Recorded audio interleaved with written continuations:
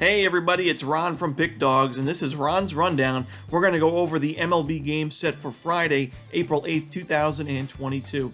Now, if you like what you see, make sure to give us a big thumbs up, subscribe to our channel, and leave us a comment below with what your picks are for the day's games in the MLB. If you're looking for my best bets or best bets from some of the top handicappers in the world today, be sure to check out the Premium Picks tab at pickdawgz.com. Alrighty, let's get into the games for Friday, April 8th. We start on Friday with a big-time rivalry as the Red Sox take on the Yankees in Yankee Stadium. Now, this is a rematch of the AL wildcard game from last year, and this is actually the same exact pitching matchup as Nathan Eovaldi takes on Gerrit Cole. Now, Eovaldi had a very strong spring training showing, struck out a lot of batters, and he had a really good season last year as well. While Gerrit Cole, he pitched well last season overall. He was right up in there in the running for AL Cy Young, but he wasn't as dominant as we've seen him before, and he wasn't too great in spring training either. And we also got to remember he was roughed up a bit in that American League wildcard game as the Red Sox won that one 6-2 and knocked the Yankees out in the first game of the playoffs. You know, in this game, I think both of these teams are going to be contenders in the AL East this year, but I think we're getting too much value to pass up with the Red Sox here, getting plus money against a pitcher that they've dominated in recent matchups. So give me the Red Sox getting the plus money on the money line. Next up, we have an AL Central battle as the White Sox take on the Tigers. And you know, I think the price is right with the White Sox in this game. You look at the White Sox against left-handed pitching. In recent years, it's been a money-making machine. The White Sox last season were 6th in the league in team OPS against left-handed pitching. And the projected starter for this one for the Tigers is Eduardo Rodriguez, who is a southpaw. So I think the White Sox are going to have some success at the dish in this one. Lucas Giolito, a solid pitcher himself, and I think he's going to be able to pitch 3-4 strong innings for Chicago here. We're getting a good price with Chicago, the better team. I know the Tigers are a really young and exciting team. The team will probably going to make a good amount of money on this season. I just don't think this is the spot. So I'm going to take the Chicago White Sox on the money line. Next game we have is the Brewers taking on the Cubs. And I'm going to take the over in the first 5 innings of this one. Now, Brandon Woodruff is on the mound for the Brewers. He had a very strong season last year with a 2.56 ERA. But you got to look at what he did in spring training, and that's what has me worried for him in this start. He pitched 11 2/3 innings, gave up 6 home runs, 14 earned runs, 15 total runs, had a 10.8 ERA. That's worrying me going into this matchup for the Brewers. You look on the other side, though, Justin Steele, in spring, he gave up more walks than innings pitched. He had 7 walks and 6 2/3. I think both of these pitchers could have early exits. I think once the Brewers bullpen gets into the game, it'll be more of a smooth sailing. And I do think Milwaukee wins this game, but I like the over in the first 5 innings in this one at Wrigley Field. Up next, we have the Oakland A's taking on the Philadelphia Phillies. It's going to be Frankie Montas against Aaron Nola in this one. I think Montas is the better pitcher in this one. You look, 3.37 ERA last season for Montas, 13-9 record for the A's, and I know they got rid of virtually every position player you could think of, including Sean Manaea in the starting rotation, but Aaron Nola just hasn't been good enough for me to even think about laying minus 170 with him, even at home. 4.65 ERA last season and a 5.65 ERA in spring training this year. He allowed 6 home runs and 9 earned runs in 14 1/3 innings. Not good enough for me, and I cannot lay that kind of price with him in this spot. The Phillies bullpen has also not been good enough in recent years for me to even consider it. So I know Oakland's not going to be the public play, but I'm going to take a shot with the A's in this one, getting the plus money. The Orioles are taking on the Rays at Tropicana Field on Friday, and I think the Rays are going to win this one pretty handily. Shane McClanahan's getting the ball for the Rays, and I thought he pitched very well in his first season in the big leagues, but I still don't think he's hit his potential. This guy's got wicked stuff. He's got great strikeout stuff as well, and I think he's going to have a strong game not only in this one, but this season as well for Tampa Bay. On the other side, John Means getting the ball for the Orioles. He's a solid pitcher, don't get me wrong, but the biggest issue with the Orioles this season is going to be their bullpen. It struggled so badly last year. The Orioles were tied for the worst record in baseball last year, and it wasn't necessarily because of their lineup. They can put up some runs. They did it last year, but the 26th ranked bullpen, according to Fangraphs.com, going into this season, not a good spot to be in for Baltimore. So I think they struggle in this one. I think a lot of late runs come in for the Rays, and I think they cover the run line. The Rockies are taking on the Dodgers at Coors Field. Now, Coors Field is a very strange place to play in because of the altitude levels. The Rockies are 15 games above 500 at home last year, 48-33 last season, but they were 26-54 on the road. And there's been studies that show just how badly the players' bodies can react when they go from the altitude of Coors Field and then they move on to a different stadium on the road and different stadiums across the league. It's a really, really big change, and that's why we've seen the results just not be the same for the Rockies from at home and on the road. I do think we're going to get some value with Colorado at home. I think they're going to play very well at Coors Field yet again this season. They did lose Trevor Story in the offseason, but they brought in Chris Bryant.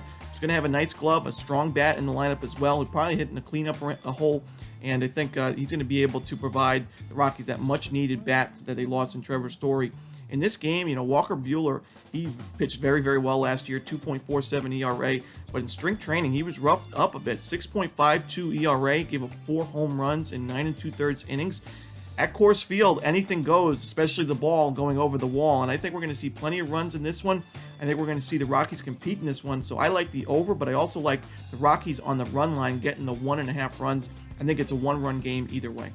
Next up, we have the Seattle Mariners taking on the Minnesota Twins. Now, the Mariners, they won 90 games last year, and part of that was because they were so good in one-run ball games. They were 33-18 last year in one-run games. It's very important when you're a team competing for a wild card spot or a playoff spot. You got to win those close games, and the Mariners were just shy of making the playoffs in that wild card race. Now, on the other side, Minnesota Twins, they weren't even close to making a playoff spot last year. It was a very disappointing season for Minnesota, but I think this year is going to be a big-time bounce back for the Twins. They brought in Carlos Correa from the Astros, really solid shortstop from both sides of the ball. I think he's going to be a great fielder in that middle infield with a guy like Jorge Polanco. You added a ton of bats that this team has. Miguel Sano, Jorge Polanco, Byron Buxton, Luis Arraez, a natural hitter, and now Correa. This lineup is very, very solid. They addressed the starting rotation by bringing in Sonny Gray and Chris Archer and Dylan Bundy. I think those 3 guys are pretty underrated names in this rotation. You have Joe Ryan starting on the mound in this one for the Twins. I like what I've seen from him so far in his limited work in the majors. I think he has a strong start in this one. I know he has to go against the defending AL Cy Young winner in Robbie Ray, but I like the Twins to get the job done in this game, and I think they're going to make the playoffs this year with a nice winning record. Next up, we have the Marlins taking on the Giants, and I like the under in this one at Oracle Park. Now, this is a pitcher's ballpark. We know that. This is the lowest total on the board for Friday with a total of 7. And we've got 2 very strong arms on the mound for each team. Sandy Alcantara for the Marlins and Logan Webb for the Giants. 2 guys that had great seasons in 2021. I think runs are going to be very hard to come by. We saw the Marlins were ranked 29th in the league in team OPS last season. And I do think they're going to struggle at the dish in this one. Give me the under in Marlins Giants. Next up, we have the Mets taking on the Nationals in D.C. Looks like Max Scherzer is going to make his Mets debut in this one. Max Scherzer was picked up by the Mets early on in the offseason, and it looks like once DeGrom makes it back from his injury, Scherzer will be the number 2 guy in the rotation. Now, for the Nationals, Josiah Gray is going to get the start, and he is a big-time prospect. I do think he's going to have a lot of success in his career eventually, but it just has not been the case thus far. He didn't pitch very well in 2021 for the Nationals, and he didn't look very good in spring training at all this year either. 9 2/3 innings, he pitched 10 earned run allowed, 5 home runs allowed. So I worry about him in this start, and I do think this is going to be another developmental process season for Gray as he looks to get better and looks to be MLB ready. So I like the Mets on the money line in this game. I think we're getting a good price with Max Scherzer. How many times are you going to see him priced at below -200? Not too often, so I'll take the Mets. The Rangers are taking on the Blue Jays in Toronto. Now, the Blue Jays, they were the number 1 team in terms of team OPS last year, a .797 team OPS. This team's going to score a ton of runs again this year. The lineup looks very loaded, and a lot of people are very excited about this team, even projecting them to win the World Series after just missing the playoffs last year. The Rangers, a lot of people are excited about as well, as they made some big pickups in guys like Corey Seager, and they took Marcus Semien from the Blue Jays as well. But there's still a lot of holes on this Rangers roster, especially in the pitching side of things. Starting rotation, not the best. The bullpen, a little shaky as well. And I think the Blue Jays are going to win this game. I think they're going to win it pretty handily as well. So I'll take Toronto on the money line.